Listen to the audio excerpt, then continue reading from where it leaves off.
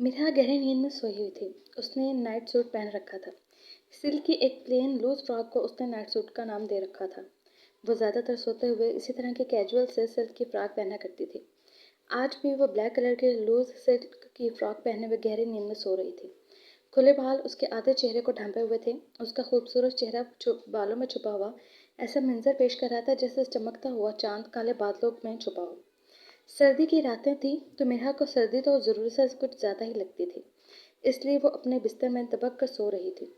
हम रूटीन में तो मिरहम बेगम अपना मुंह कंबल के अंदर घुसा कर ही सोती थी, लेकिन जब गहरी नींद में होती तो मिरहा अक्सर अपने कंबल को अता पता नहीं रखती थी। अक्सर मिरहा की अम्मी ईशा की नमाज़ पढ़ने के बाद मिरहा के रूम का एक चक्कर ज़रूर लगाया करती थी, क्योंकि मिरहा बीबी को सोते हुए कंबल लेने का कोई होश नहीं रहता था। अक्सर वो इसी तरह से ठंड लगवा लिया करती थी। सोते हुए कंबल फर्श पर गिर जाता और मिरहा बीबी सारी रात गहरी नींद में बिस्तर पर वहीं पड़ी रहती थी और सुबह उठकर मैडम का नाक और गला सर्दी से बंद हो जाता था। इसलिए मिरहा की अम्मी ईशा की नमाज के बाद अपनी तसल्ली के लिए एक बार ज़रूर मिरहा के कमरे का चक्कर लगाती थी और उसका कंबल अच्छी तरह से उस पर सेट करके जाया करती थी। और अगर मिरहा बीबी जाग रही होती थी तो फिर इसकी अम्मी से ताकीद करके जाती कि मिरहा सोते हुए अपने कंबल का ख्याल रखना, सर्दी मत लगवा लेना। जिसका मिरहा हमेशा यही जवाब देती थी कि अम्मी जान मैं तो अपने कंबल का ख्याल रखती हूँ, पता नहीं कैसे गिर जाता है। और मिरहा की अम्मी अक्सर हंसते हुए कहा करती थी कि मिरहा मुझे लगता है तुम्हारे कंबल को पाँव लगे हुए हैं, जिनसे चलकर कंबल फर्श पर आ जाता है। आज मिरहा को टेस्ट नहीं था, तो इसलिए मिरहा टाइम से ईशा की नमाज अदा करने के बाद अपने कंबल में घुसकर सो चुकी थी।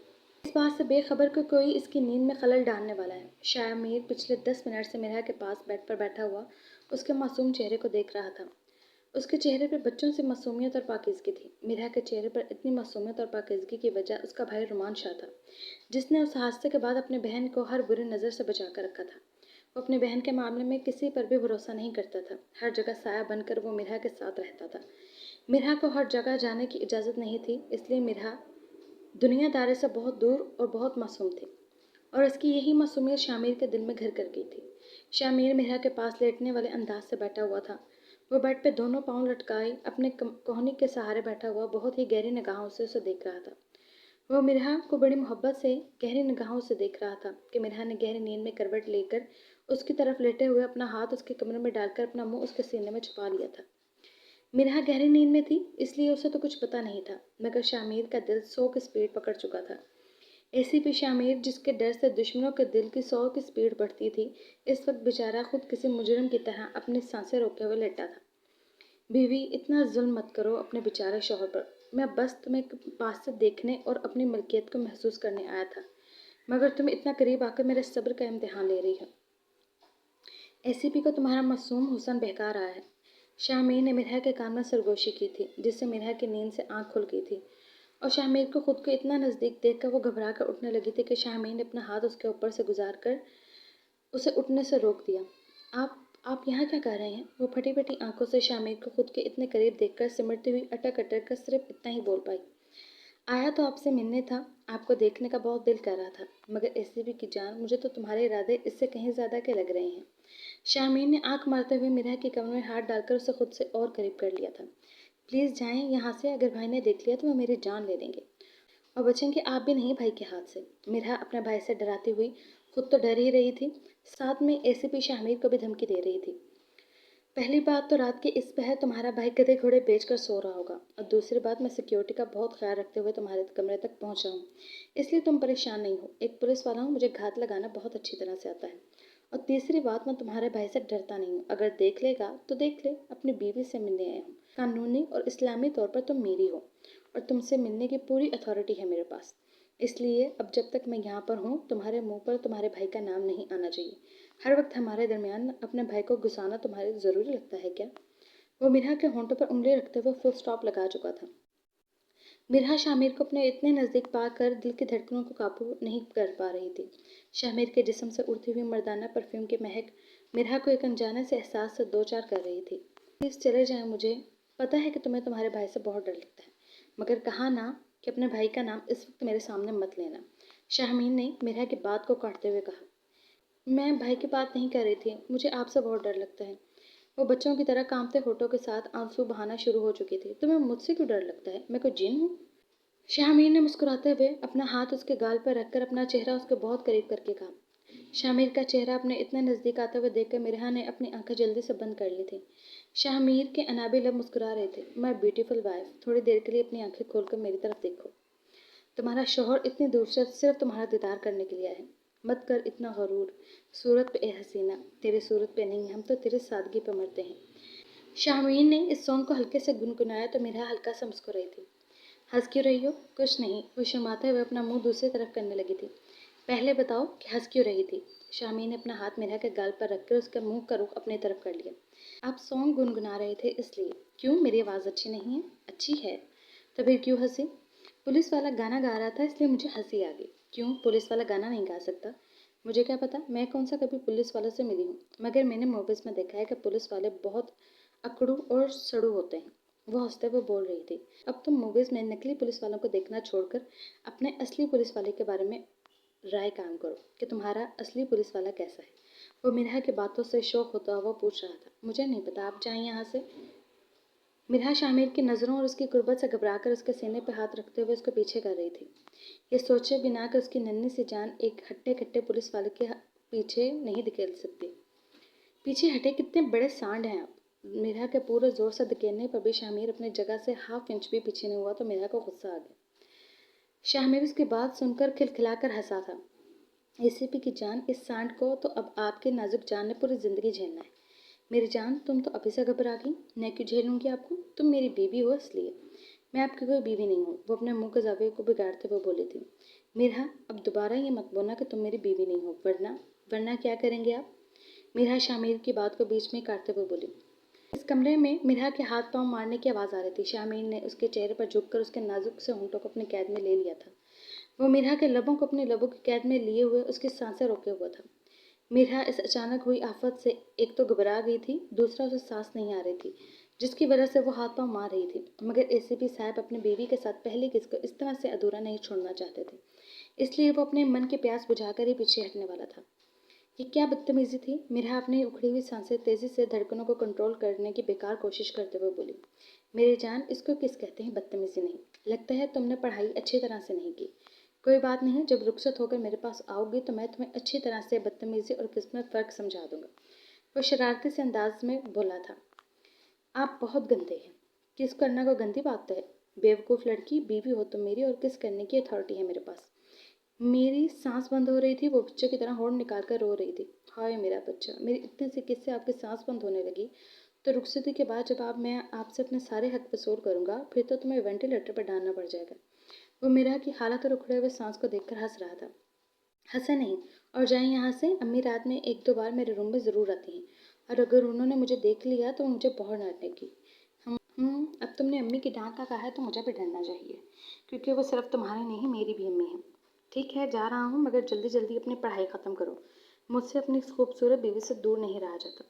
मुझे तुम बहुत जल्दी अपने करीब चाहिए हो। वो मेहा की कमर में हाथ डालकर उसे झटके से अपने करीब करते हुए एक बार फिर उसके दिल की धड़कनों को बेतरतीब कर गया था और जाते हुए नीचे झुककर एक बार उसके लबों पर अपने लब रखकर जोर से किस करते हुए आंख मारता हुआ पीछे हटा तो मेहा ने गुस्से से तकिया उठाकर उसकी तरफ फेंका था, जिसको एसीपी ने बड़ी महारत से कैच करके हंसते हुए मिरहा की तरफ फेंका था। I love you my beautiful wife. वो आहिस्ता से कहते हुए जाता जाता दोनों हाथ अपने मुंह पर रखकर मिरहा को फ्लाइंग किस देकर आंख मारते हुए खिड़की से बंदरों की तरह उतरता हुआ नीचे चला गया। पुलिस वाला था इसलिए ये कोई मुश्किल काम नहीं था उसके लिए। मिरहा बेड से नीचे उतरकर खिड़की के पास आई, खिड़की से नीचे झांककर देखने लगी थी कि वो चला गया है या नहीं। वो खिड़की से उतरकर सहन में खड़ा हुआ था। जैसे ही मिरहा ने खिड़की से झांका उसने फ्लाइंग किस देते हुए मिरहा को बाय बाय कहा था। मिरहा ने हाथ के इशारे से उसे जाने के लिए कहा। कितना बेशर्म और निडर है, खुद तो मरेगा, मुझे भी रुमान भाई के हाथों से मरवाएगा।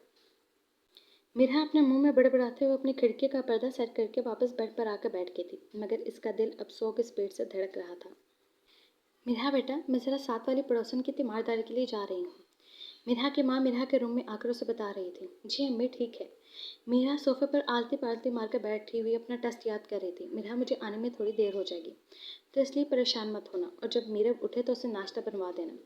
फिलहाल तो तुम्हारे भाई साहब भी अभी तक अपने रूम से बाहर नहीं आए, वरना मैं उसका नाश्ता जकिया से बनवा कर ही जाती।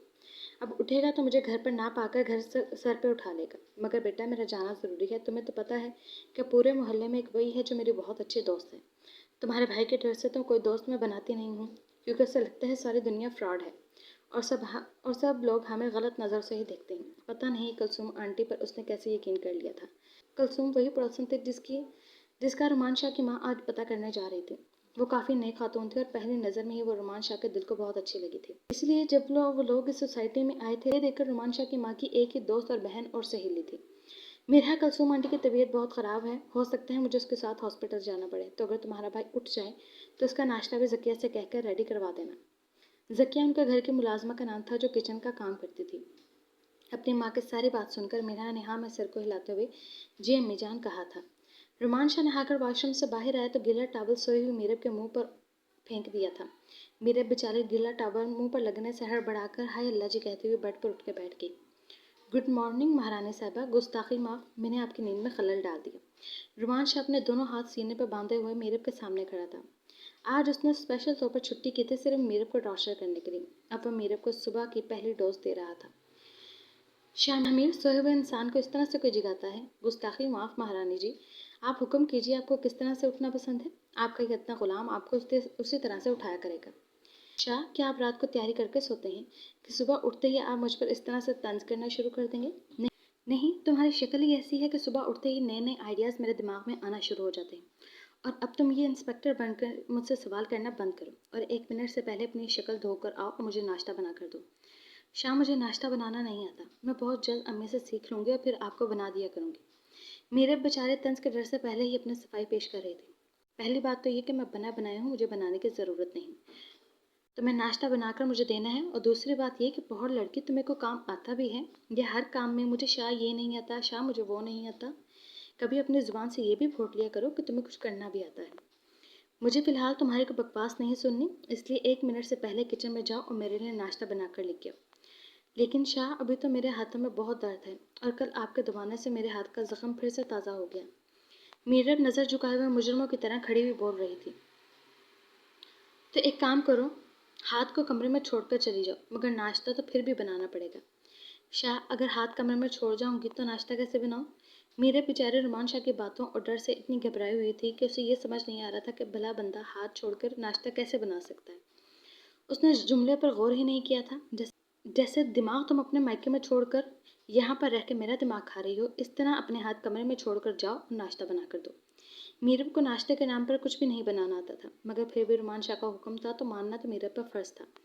महारानी साहबा, वॉशरूम से तशरीफ बाहर ले आइए, या आपके लिए स्पेशल बग्गी भिजवानी पड़ेगी जो महारानी साहबा को वॉशरूम से किचन तक का अजीम सफ़र तय करवा देगी। मीरब वॉशरूम में टूथब्रश कर रही थी, मगर रुमान शाह के तानों वाली आवाज़ें उसके कानों में गूंज रही थी। जी शाह, बस ब्रश करके आ रही हूँ। जिस मीरब की सुबह आंख नहीं खुलती थी, उसकी माँ उसकी मिन्नतें करके उसे बिस्तर से बाहर निकालती थी, आज उस मीरब का इस्तकबाल गीले तोले ने किया था। और माँ की मोहब्बत भरी आवाज़ की बजाय रुमान शाह के ताने सुनकर मीरब की हसीन सुबह की शुरुआत हुई थी। महारानी जी, मैं डाइनिंग टेबल पर जा रहा हूँ, आप ज़रा अपनी बग्घी पर बैठकर जल्दी से तशरीफ़ ले आइए। रुमान शाह रूम से जाते जाते भी मीरब को ताना देकर चला गया। मीरब नफ़े में सर हिलाते हुए सोच कर रह गई थी कि आखिर उसने ऐसी क्या गलती कर दी जो शाह रोज़ ही उठकर उस पर तानों की बरसात शुरू कर देते हैं। रुमान शाह रूम से बाहर आया तो मेरा डाइनिंग टेबल पर बैठी हुई अपनी नावल नौश फरमा रही थी। हाय मेरा बच्चा, कैसा है? रुमान शाह अपनी बहन के पास जाकर प्यार से उसके माथे को चूमते हुए बोला। उसका हाल पूछकर अपनी कुर्सी पर बैठ गया। मेरा बेटा, आप सुबह सुबह ये नावल लेकर मत बैठा करें, नावल पढ़ने का भी कोई टाइम होता है। आज के बाद सुबह सुबह आपके हाथ में नावल न देखूं।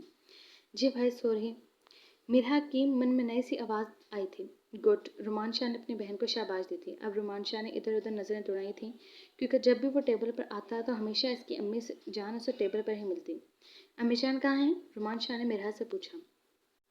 अम्मी जान कुलसुम आंटी के घर गई हैं, उनकी तबीयत ठीक नहीं। अम्मी तो शायद ज़्यादा देर तक वहाँ पर रुकें और हो सकता है अम्मी जान उनको हॉस्पिटल भी लेकर जाएं, इसलिए अम्मी लेट आएंगी। और अम्मी ने मुझे कह दिया था कि आपका और मेरे भाभी का नाश्ता तैयार करवा दूँ।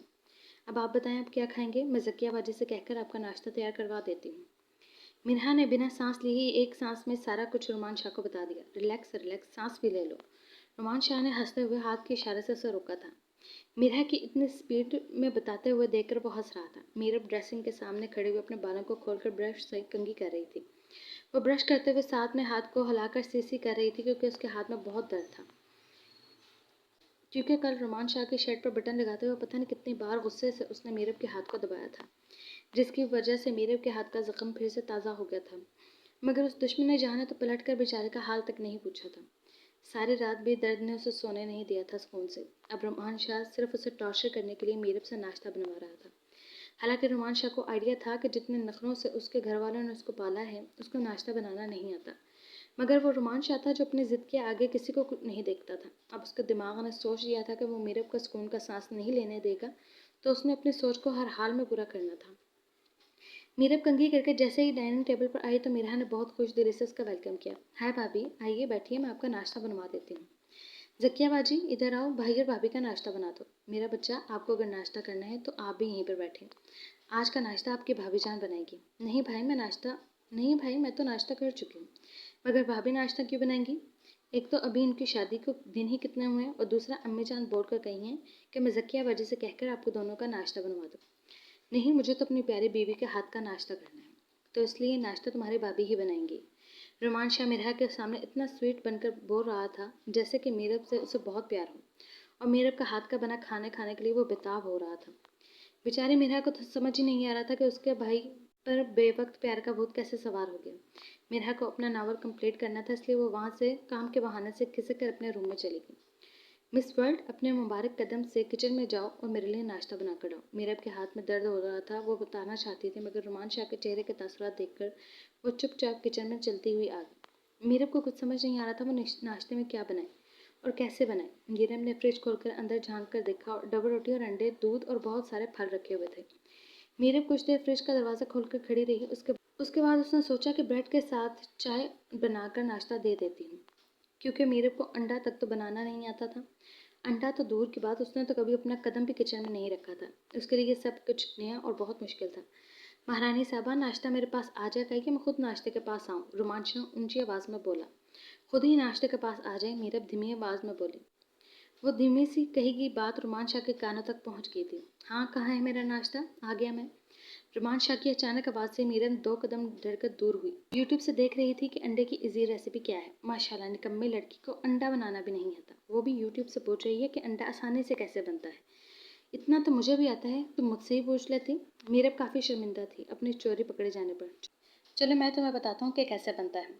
रुमान इजी को खींच कर बोला। नहीं नहीं शाह, मैं बना लूँगी, नज़र आ रहा है जो तुम बना लोगी। चलो अब अपने निकम्मे हाथों से फ्रिज में से 2 अंडे लेकर आओ, उसे तोड़कर एक बाउल में डालो। मीरब जल्दी से गई और फ्रिज में से 2 अंडे लेकर आई और उसे शेल्फ पर रखकर अंडों को तोड़ने के लिए कुछ ढूंढने लगी। क्या ढूंढ रही हो अब? शाह, अंडे तोड़ने के लिए एक नाइफ ढूंढ रही हूँ। इसकी ज़रूरत नहीं है मिस कम्मी, अंडे का बाउल के साथ ठोकर लगाकर तोड़ लो। मीरब ने उसकी बात पर अमल करते हुए अंडे को तोड़ डाला। बाउल में तो नहीं गिरा था, मगर पूरे फर्श पर फैल चुका था। अब मीरब अंडे का एक सिरा हाथ में लिए हुए कभी शाह को तो कभी फर्श पर पड़े हुए अंडे को देख रही थी।